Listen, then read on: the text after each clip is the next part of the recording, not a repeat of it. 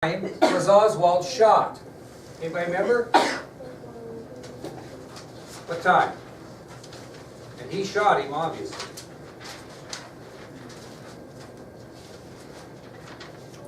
Oh, they went and got him at 11:19, but he was shot, wasn't he, at 11:21?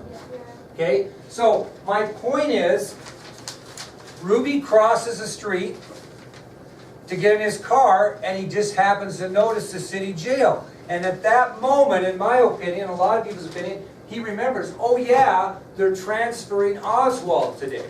He doesn't have any idea if he's already been transferred or not, but he's remembering that. So what he does is he makes his way to the city jail to see if they transferred him or not. They're kind of curious. He's curious. And he reaches the entrance of the ramp. You know the ramp that the cars were backing down on and whatever? That same ramp? He gets to the entrance of the ramp that led to the basement of the city jail. Now this is really kind of crazy, because here's what happens. Remember that armored car that was supposed to take Oswald from the city jail to the county jail? Okay, what happened to that? And so they pulled it out, right? Well, the police officer that was responsible for guarding that entrance to the basement left his post. And what he did is when this armored car came out, he stepped out in the middle of the street and halted traffic so that armored car could make a left turn unimpeded. When he did that, guess what Ruby did? Went down the ramp. Okay, does that make sense?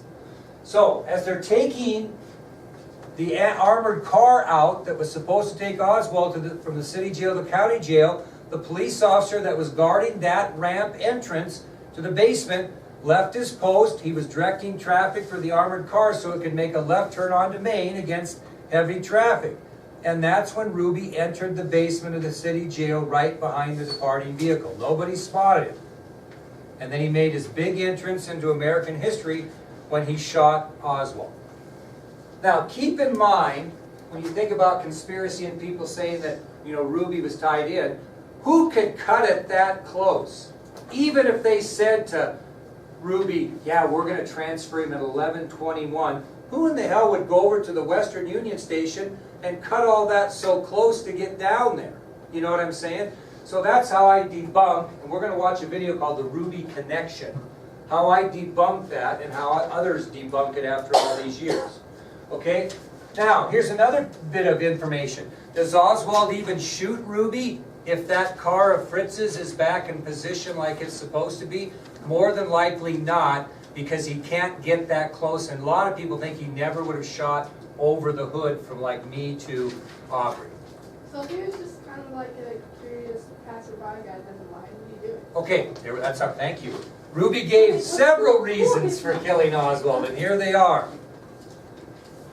Some of them will make some sense and some won't. One reason he gave for killing Oswald is he claimed he killed Oswald to show the world that, quote, Jews have guts. So one of the reasons he said he shot Oswald is to show the world that Jews have guts. But if you worry about that newspaper ad making Jews look bad, wouldn't this make them Well, no, think about it. Because he's avenging the president. We'll get into that. No, I'm telling you, you'd be surprised when Ruby is in jail how many congratulatory or thank you telegrams he received.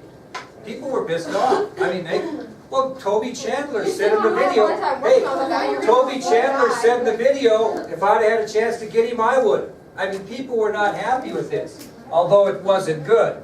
The second reason that Ruby said he shot Oswald is he thought that the city of Dallas could redeem themselves in the eyes of the public, of the rest of the United States.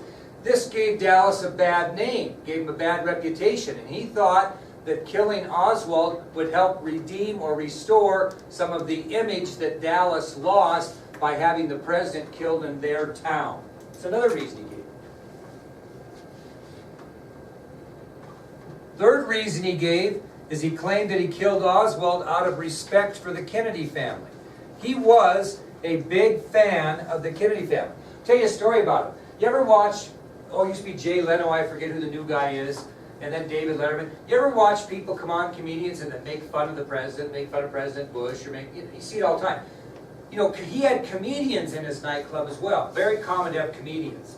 And he would not let comedians poke fun of President Kennedy. He would not let them do it.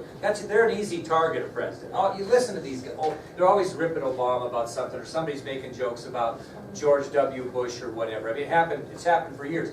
He would not let comedians in his club poke fun of the president. Okay, so he claimed he killed Oswald in respect for the Kennedy family. The one that he stayed to the most is he claimed that he killed Oswald because he did not want to see Mrs. Kennedy suffer the emotion of having to attend a long trial in Dallas. In his mind, Mrs. Kennedy was going to come back for this trial. It was going to be an emotional strain upon her, and he wanted to spare her that by just taking care of business. So he said he did not want to see Mrs. Kennedy have to suffer the emotion of a long trial in Dallas. He thought she would come back to the trial. In essence, she never would have. If that would have gone to trial, she would not have come back. It just wouldn't have happened. Okay? Well, after he was arrested and gave those reasons, he was jailed at the Dallas County Jail, like I mentioned. Ironically, less than a block from where the president was originally assassinated. So Ruby, no question, did it. Now he's in jail awaiting trial, and that'll be something we'll tell about later. But if he, okay, so if he was just like a curious, like, citizen walking by, and he, like, shot him, he didn't have that much time. How much time was there between the time he showed up and shot him? Was it like, did he stand around or no? A little bit, but I mean, you could walk, and this is, I'm weird, I gotta admit. Blake Kroger and I, you know, we're walking from the Western Union down there to see if we could make it in 2 minutes. I mean, that's what, you know, we walked just pretty normal, got from there to there in about 45 seconds. So he was probably down there 45 seconds or so. I mean, he wasn't out of breath, but he wasn't there a long time. He just went down there and settled among the crowd.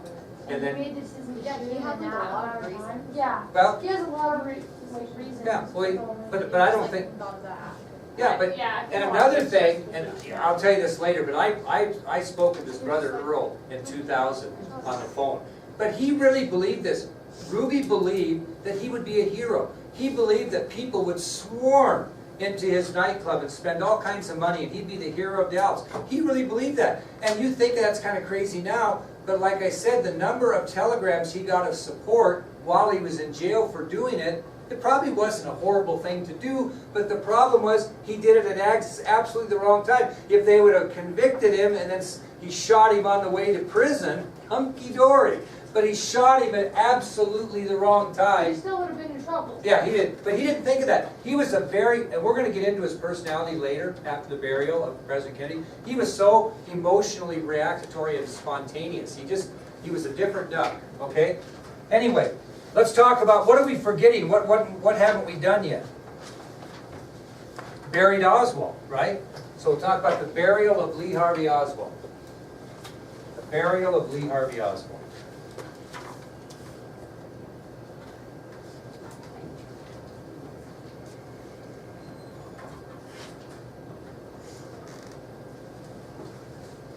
What's kind of ironic about this whole thing? What's so ironic about November 25th, 1963? Wasn't it they- Kennedy was buried that day. Who else was buried that day? Tippit was buried that day, and so was Lee Harvey Oswald. They buried him on the same All three men buried on the same day. So Lee Harvey Oswald was buried the same day that police officer J.D. Tippit and President Kennedy were laid to rest. Did anyone go to his funeral? We're going to talk about that. God, you guys are awesome. You're starting to fire up. I like it, okay? Smaller. Yeah, there's no one here. That's right. Maybe that's a good thing. Maybe we need to. Maybe we'll tell the others. Maybe we'll tell the others how awesome we were. Okay. Oswald was buried at Rose Hill Cemetery in Fort Worth, Texas. Rose Hill Cemetery in Fort Worth, Texas. Rose Hill, just like it sounds, cemetery in Fort Worth, Texas.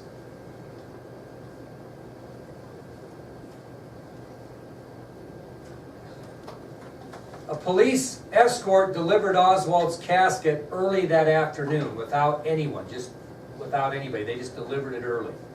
So a police escort took Oswald's casket to Rose Hill Cemetery in Fort Worth in the early afternoon of November 25th.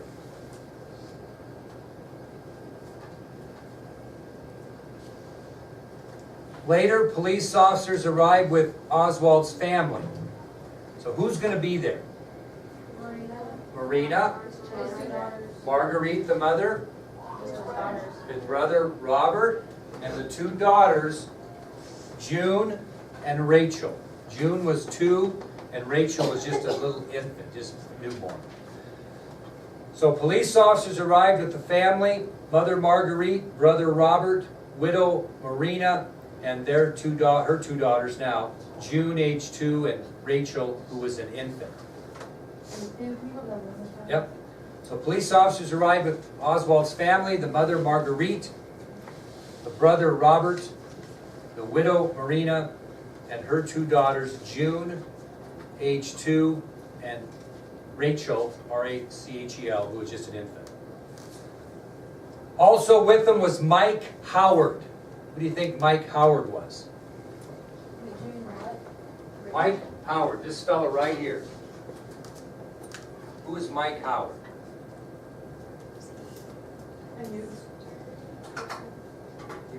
Taylor? What? You kind of mentioned this, I think. Who is Mike Howard? Why would he be with them? Nope. Secret Service agent that was assigned to the Oswald family. Mike Howard was there. He was given the assignment of protecting the Oswalds as soon as it was discovered that Lee Harvey Oswald was the assassin of President Kennedy. He was assigned to the family, had been with them the entire time. Now, somebody asked, I can't remember, who was there? There wasn't anybody there. There were no friends. There weren't even any pallbearers. For a while, there wasn't even a minister. Nobody wanted any part of this, I can assure you. Yeah, it is. So there are no pallbearers. There are no friends. There are no ministers. They all refused to show up and do it. Nobody was going to do the funeral of Lee Harvey Oswald after he shot the president. Finally, Reverend Lewis Sanders showed up to administer the service, in his words, as Taylor kind of said, for the sake of the family. So after many local ministers refused, finally Reverend Lewis Sanders appeared to administer the service, in his words, for the sake of the family.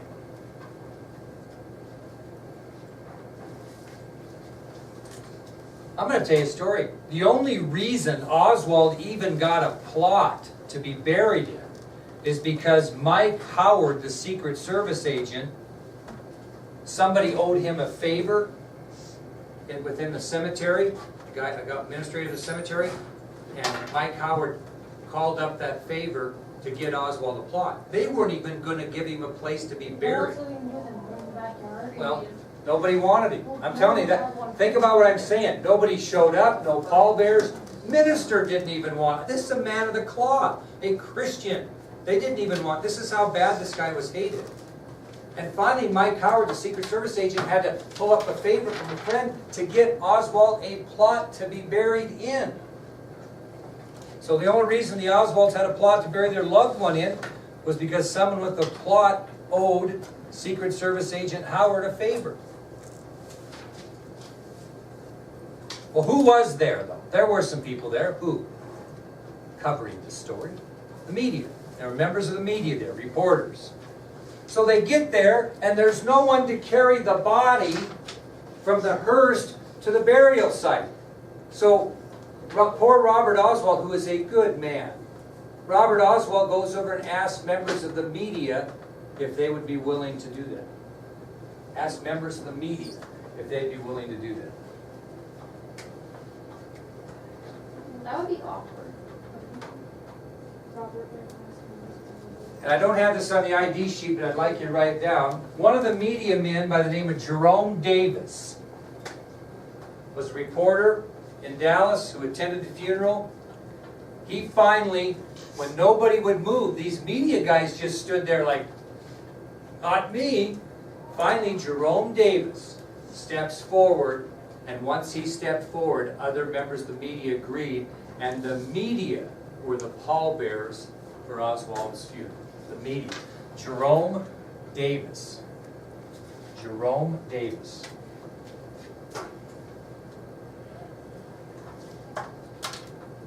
It's ironic that both Kennedy and Oswald's brother's name was Robert. Yeah, That is kind of interesting. Well, here's what Reverend Sanders said. His words were very simple.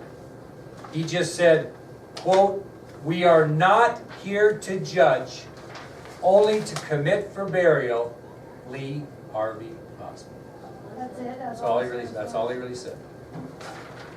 Did his We are brother not say- here to judge, only to commit for burial Lee Harvey Oswald. What's that? Did his brother say it? Nobody said anything. And the body was then lowered into the grave at 4:28 p.m. 4:28 p.m. on November 25th, 1963. Would you like, okay?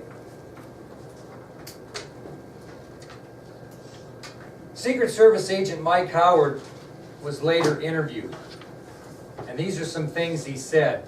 And one was, he couldn't believe the irrational behavior of Oswald's mother. She demanded that her son was deserving of a burial in Arlington National Cemetery. She said, you know, he was a hero. I mean, she was so damn weird. And she thought he should be buried in Arlington National Cemetery. Here's what Mike Howard's reaction to that was. "We came as close as we could. We buried him close to Arlington, Texas, in Fort Worth Shannon Rose Hill Memorial Park. Closest we could get to Arlington was Arlington, Texas." Yeah. So even though he was part of the, Well, wait till you hear the story on that before you, yeah. Now, let me just tell you this, you don't have to write this down. An autopsy of Oswald turned up a tumor just above his right ear, which had developed as a result of a childhood injury. Howard speculated the tumor could have resulted in the irrational behavior Oswald exhibited for the remainder of his life. You haven't heard about all that. I'm going to give you a profile on Lee Harvey Oswald after the burial of the president, and you'll see some of these weird quirks that he had. Lee Harvey Oswald was 24 years old when he died on that operating table in Parkland Hospital in Dallas. In his adult life, he only lived in Dallas about 9 months. Enough time to do major damage to the history of this country. how old was he? 24. Yep, 24.